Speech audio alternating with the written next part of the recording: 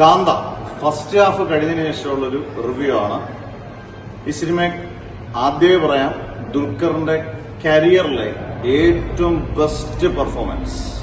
കാരണം ഈ സിനിമ കണ്ടുകൊണ്ടിരിക്കുമ്പോൾ നമുക്ക് ദുൽഖർ ഇതുവരെ അഭിനയിച്ചതിന്റെ ഒരു 100 മടങ്ങും നമുക്ക് ഫീൽ ചെയ്യും. അതുപോലെ ഗംഭീര പെർഫോമൻസ് ആണ്. ഇതെല്ലാവരുടെയും കപ്പ് ഓഫ് ടീ ആണെന്ന് എനിക്ക് തോന്നുന്നില്ല ഈ സിനിമ. കാരണം ഒരു സിനിമയ്ക്കുള്ളിലെ സിനിമയാണ് പറയുന്നത്, ഒരു പ്രത്യേക മൂഡിലാണ് പറയുന്നത്. ബാക്ക്ഗ്രൗണ്ട് സ്കോർ, സിനിമാറ്റോഗ്രാഫി എല്ലാം സൂപ്പർ.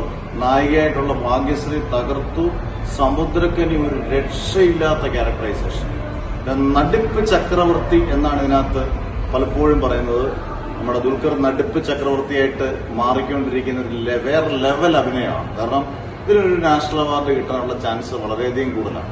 കൊമേഴ്സ്യലി ഇത് എത്രമാത്രം സക്സസ് ആകും എന്നുള്ളതൊന്നും നമുക്ക് ഇതിനെക്കുറിച്ച് ഇപ്പം പറയാൻ പറ്റത്തില്ല.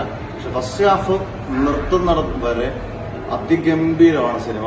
നമുക്കൊന്നും സിനിമയിൽ ഇഷ്ടപ്പെടുന്നവർക്കൊന്നും ഇതൊരിക്കലും ബോറടിക്കാനോ ഒന്നും ചാൻസ് ഇല്ല. നല്ല രസമായിട്ടുണ്ട്. പാട്ടെടുത്തേക്കുന്നതായാലും ദുൽഖർ എനിക്കൊന്ന് ഗംഭീരമായിട്ട് ഡാൻസ്, സ്റ്റെപ്പുകൾ, സിമ്പിളായിട്ട് എല്ലാ കാര്യങ്ങളും, ഓരോ മൈന്യൂട്ട് എക്സ്പ്രഷനും ക്ലോസപ്പും എല്ലാം അടിപൊളിയായിട്ടുണ്ട്. ഇതിനകത്തെ 3 പേരാണ് പ്രധാനമായിട്ട്. സമുദ്രക്കനി, ദുൽഖർ, സമുദ്രക്കനി, ഭാഗ്യശ്രീ. ഒരു 3 പേരുടെയും പെർഫോമൻസ് പീക്ക് ലെവൽ പെർഫോമൻസ് ആണ്. എന്തായാലും ഫസ്റ്റ് ഹാഫിന് ശേഷം നമുക്ക് ബാക്കിയുള്ള കാര്യങ്ങളിൽ നോക്കാം.